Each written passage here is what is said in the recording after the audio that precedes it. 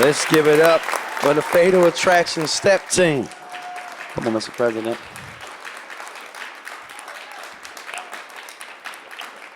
All right, before we get started, we got to get down to business. We got to see who's in the building today.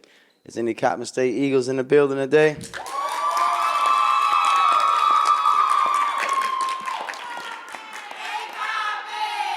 They president accounted for, Dr. Jenkins. Any Morgan State Bears in the building?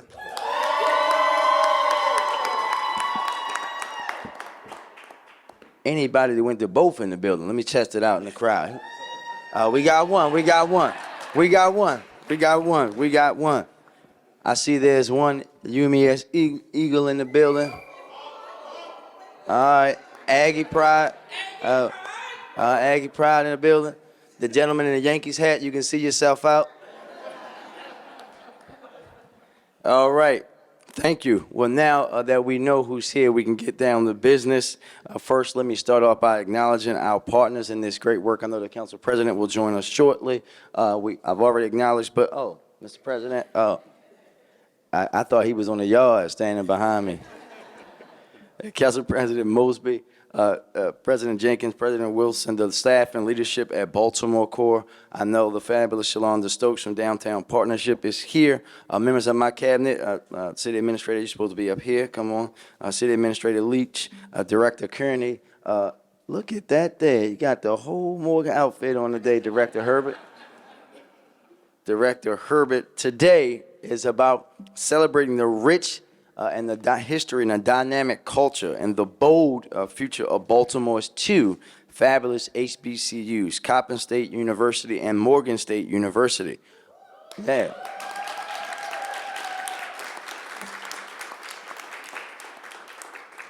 Coppin and Morgan are part of that secret Obey sauce that makes Baltimore very special. They deserve our deep investment, our unwavering support, and they deserve access to opportunity because we know how much opportunity they provide to so many of us in Baltimore City. That is why I am proud to stand here today with the two best HBCU presidents in the country.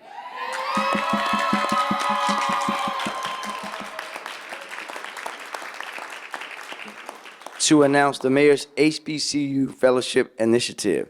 The Mayor's HBCU Fellowship will create a pipeline into local government careers for 25 recent graduates of Coppin State University and Morgan State University.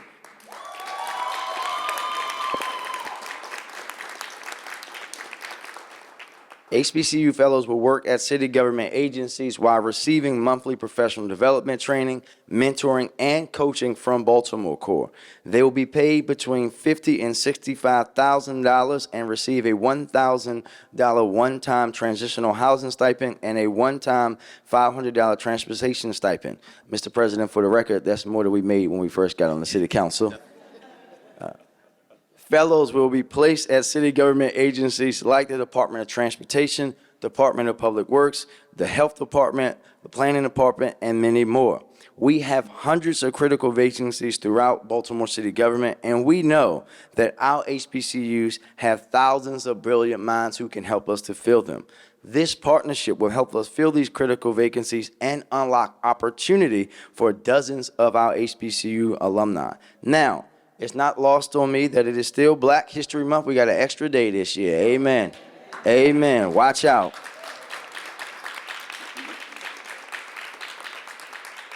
It's also CIAA week here in Baltimore, and it's Baltimore, so we triple black. There's triple black this month. This is what makes today's announcement even more special. Here's what I know. We can't talk about growing our city without talking about growing our homegrown HBCU talent. And we can't talk about equity or addressing the wrongs of the past without talking about real, meaningful investment into our HBCUs. I am proud of this partnership, and I look forward to creating a pathway for even more talented HBCU alumni to join the ranks of Baltimore city government. I'll now turn it over to my partner, Council President Mosby, to speak. And thank you, Mr. President, for always representing your HBCU, and you guys can see that in full-fledged in about 2 seconds. Thank you. Thank you, Mr. Mayor. Give it up for Mayor Brandon Scott.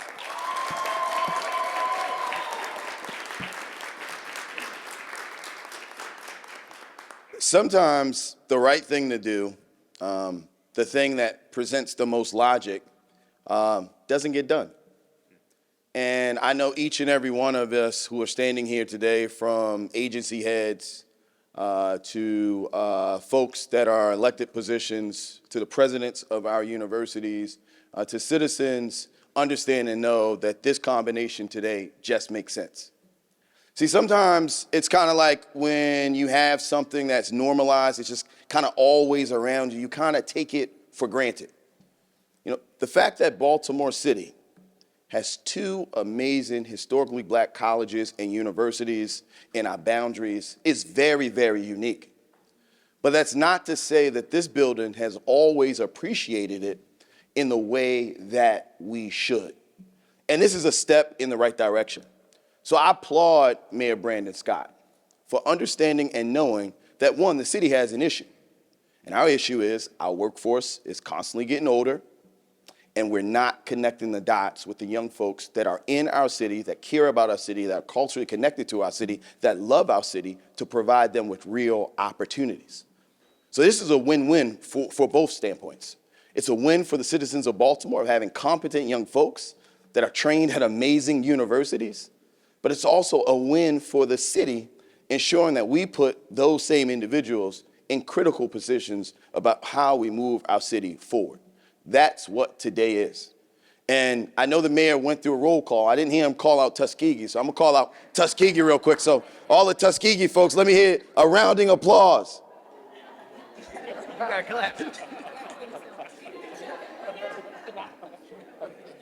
I love making a joke of myself at times, but no, I knew there weren't any Tuskegee folks in the audience, but what the point of what I was making is, you know, young folks in Baltimore City, whether they're at Morgan or Coppin, or whether they travel to a CIAA school, or they travel even further down south to, my mother sent me down to Alabama, the reality is HBCUs change folks' lives.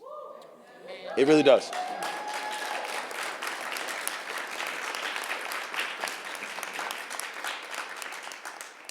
Another economic point is HBCUs, in my opinion, I mean, I haven't seen research papers or white papers on this, but in my opinion, HBCUs has done more for black middle class than any other institution, structure, system out there. HBCUs. So as we talk about continuing to grow our city, as we talk about providing real opportunity of affordable home ownership, when we talk about all of the opportunities of setting up businesses and just growing with the city, because we understand and know our city is growing, we have to invest in our young folks. And that's exactly what Mayor Brandon Scott has decided to do today with this really, really critical and very, very important initiative. So again, my hat completely goes off to the mayor. This is the right thing to do. It's the logical thing to do. It should have been done, but you know what? You got to take that step in the right direction, and that's what the city of Baltimore has decided to do today. Thank you so much, Mr. Mayor.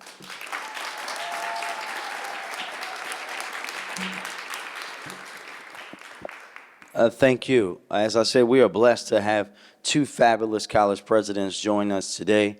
Mr. President, I couldn't pick today, so, you know, normally if I'm at Morgan, I got blue and orange on. If I'm at Coppin, I have blue and gold on pretty much every day. So today I had to be a little, you know, had to choose one.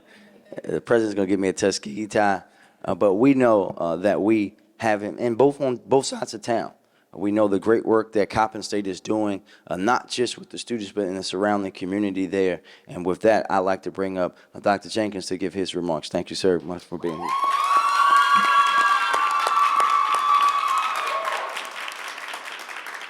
Thank you, Mr. Mayor. Good morning, everybody. How are you all doing? Good, good. You know, this is a wonderful day, and I want to thank Mayor Scott again. Let's give him a round of applause.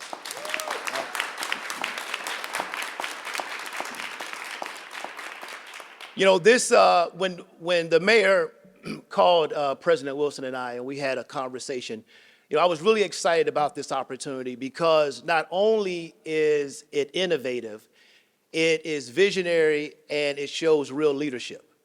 And it shows a mayor and a city that is committed to its students, to its institutions, and to its surrounding communities. And so when we left that conversation, I started thinking, This really falls right into the wheelhouse of who Coppin State University is. Coppin continues to show itself as a university that is invaluable and irreplaceable.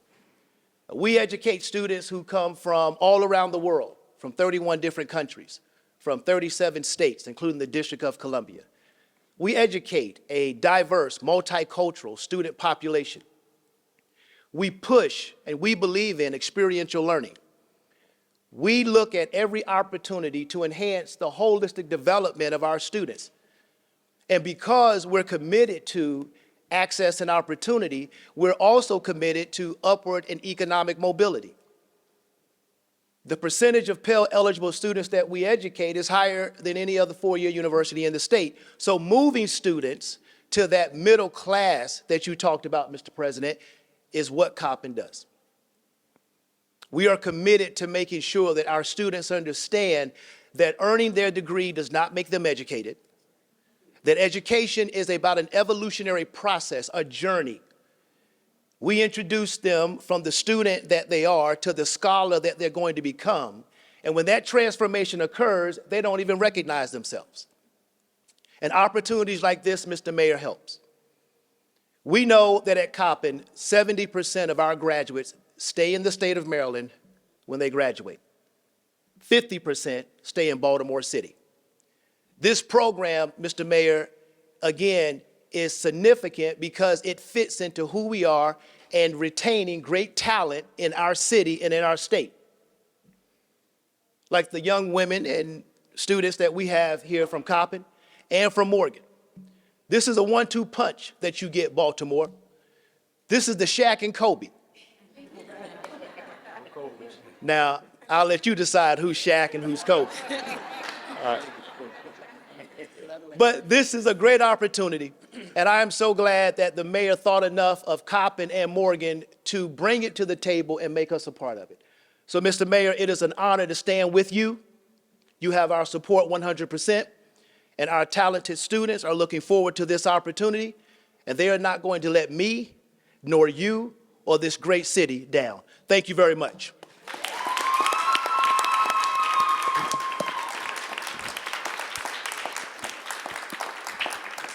Thank you, Dr. Dr. Jenkins. Thank you. And now we'll have up Dr. Wilson from Morgan State, who we know Morgan is doing so much on the east side of Baltimore and northeast Baltimore, even with the expansion and taking over the old Lake Clifton building. Thank you, Dr. Wilson, for being here and for all that Morgan State does.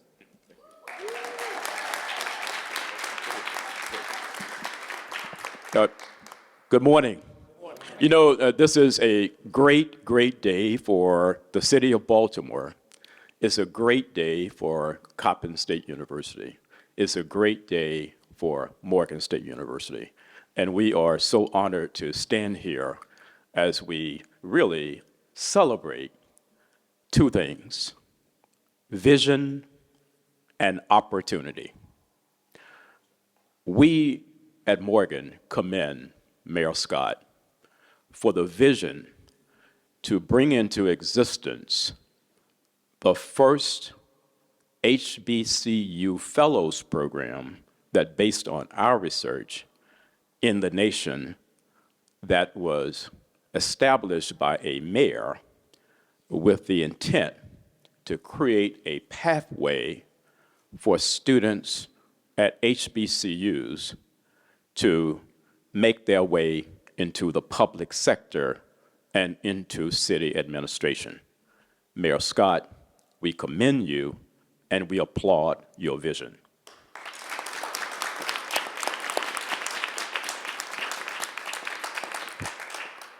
Second, we are here to acknowledge and celebrate opportunity. Opportunity today for 25 stunningly brilliant, incredibly talented recent graduates of both of our institutions to come into city administration imbued with the skills that they have acquired at Morgan and at Coppin, and in the process put themselves in a position where they can apply those newly minted skills, and also open an opportunity for them to kind of figure out, is a future in city government and city administration for me?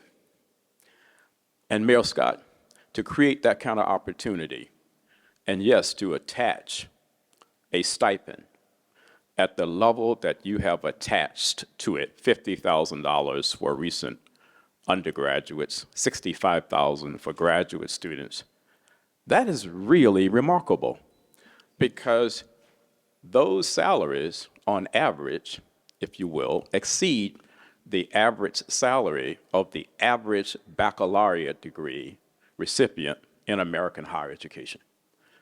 And so it is one thing to create opportunity.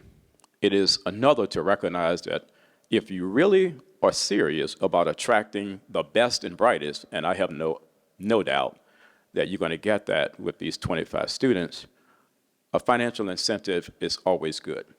And I think that is there in this particular case.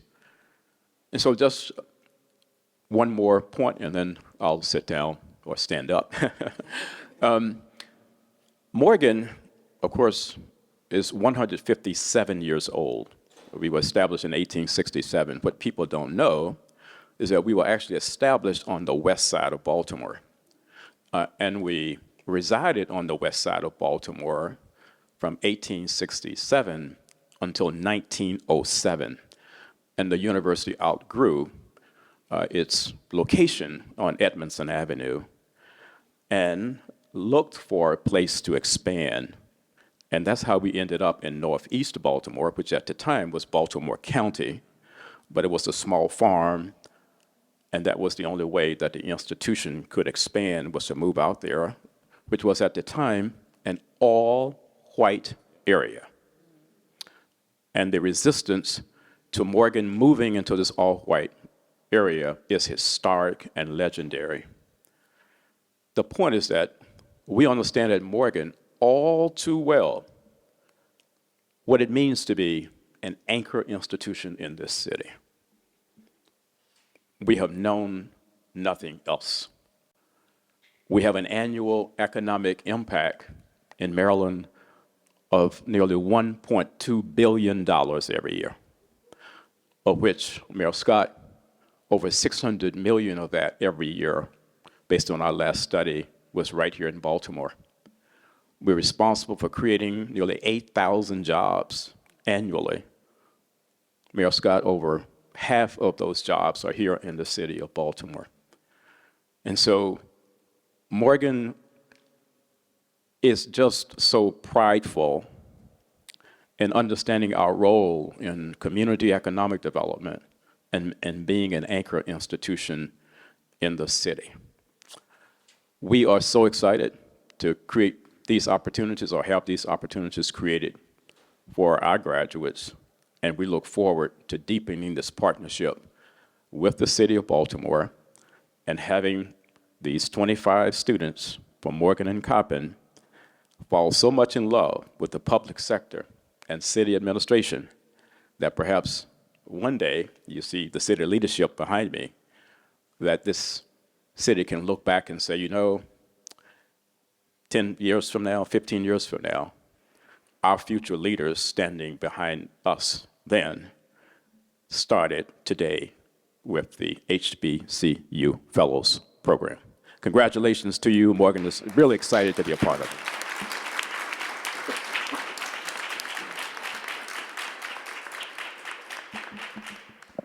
Thank you, Dr. Wilson. And we know that that's possible because some 17 years ago, I started in City Hall as an intern. So we know what's possible for our young people. Next, we will hear from our fabulous Director of HR, Quentin Herbert. Reverend? Thank you, Mr. Mayor. Good morning, everyone. I am delighted to stand this morning with Mayor Scott, City Administrator Leach, Council President Mosby, Presidents Wilson and Jenkins, and our partners with Baltimore Corps to announce the launch of this historic City of Baltimore HBCU Fellowship Program. an initiative designed to nurture and empower young talent while providing a pipeline to public sector jobs in their respective fields. This program is a testament to this administration's commitment to fostering an excellent and innovative program in the engineering, nursing, city planning, data science, finance fields, and beyond. Harriet Tubman once said, "Every great dream begins with a dreamer." Our HBCUs not only produce dreamers, but graduates who dream big. Our job is to aid them in operationalizing those dreams for the greater good of our society at large. This fellowship is a vehicle through which the dreams of our recent HBCU graduates can be realized. To that end, the City of Baltimore's HBCU Fellowship Program is a unique opportunity for recent HBCU graduates at both the baccalaureate and graduate levels to immerse themselves in a rich ecosystem of learning, collaboration, and mentorship while being compensated at a living wage. Moreover, our fellows will have the chance to work alongside seasoned professionals, engage in cutting-edge research, and contribute to impactful projects that address some of the most pressing challenges in some of the most difficult to fill positions in city government. In addition to the hands-on experience and mentorship, our fellows will also have access to a wide array of resources, including networking events, workshops, seminars, and various other professional development opportunities. We believe in providing our fellows with the tools and support that they will need to excel in their careers and become leaders in their respective fields.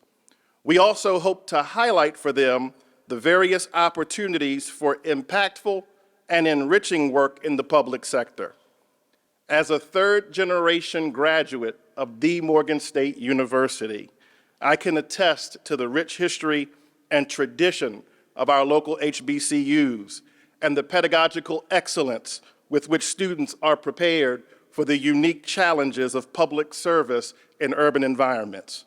We are excited about this opportunity to partner with Morgan State University and Coppin State University in a substantial way to develop a pipeline to the next generation of leaders and public servants in city government, but more importantly, to provide opportunity for the dreams of our recent HBCU graduates to be realized.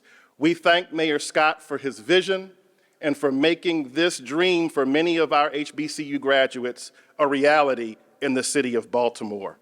We look forward to welcoming our inaugural cohort of fellows and embarking on this epic journey together. Thank you.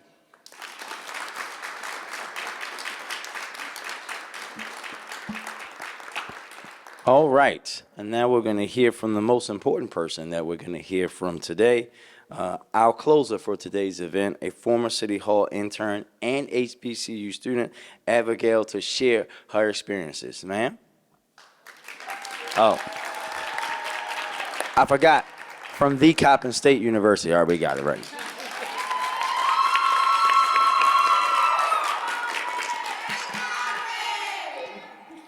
Good morning. My name is Abigail Harrison, and I am a graduate from the Coppin State University. I also had the opportunity of working alongside some amazing individuals in the Mayor's Office of Children and Family Success during a summer internship. My internship provided me with invaluable hands-on experience that helped me develop important skills such as communication, problem solving, and time management. I'm tremendously grateful for the mentorship I received that spread beyond just the internship. My experience as an intern here at the Mayor's Office is truly one that I will not forget. And this initiative will help other students seeking opportunities in government to do so with ease and without worry, which is just an amazing and truly beneficial to all upcoming HBCU graduates like myself. Thank you so much.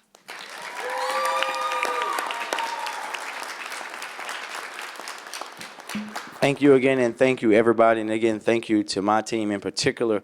Thank you to City Administrator Leach for always making me look good and pushing us to do things that are big and bold. And with that, we'll take some questions before we move the podium and take pictures. Questions? Oh. We've got a mic over here. There you go. Mr. Mayor, Yes, I sir. know this is ARPA funded, so how much money is committed to this fellowship? This is $4 million. $4 million. And my other question is, there's $641 million that the city has, and there was a report that came out recently saying that less than 30% of that money has been spent. Are you concerned that you're not going to spend all that money and time for the city and other areas for city governments? We're going to spend the money, and we're going to spend it on time. I think, again, as I said before, and I know that Director Kearney, you guys can see the reports that we put out. You can see the stuff that we send to Treasury. You will know that, like many cities around the country are in similar position than us. And I was at the White House yesterday. Again, we have been lauded for how Baltimore is not only using ARPA, but the way that our detail of our reports and the great work that the Mayor's Office of Recovery Plans has done with ARPA funds. We're going to do everything that we have to make sure that we not only spend the money, so spend it in the right way, in the right places, impacting the people, and be reminded why we got it in the first place, and that's to help us recover from the pandemic.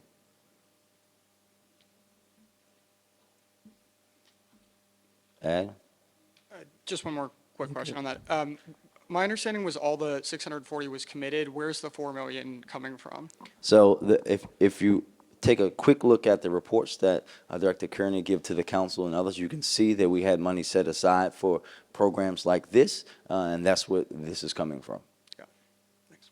Anybody else? All right, thank you very much.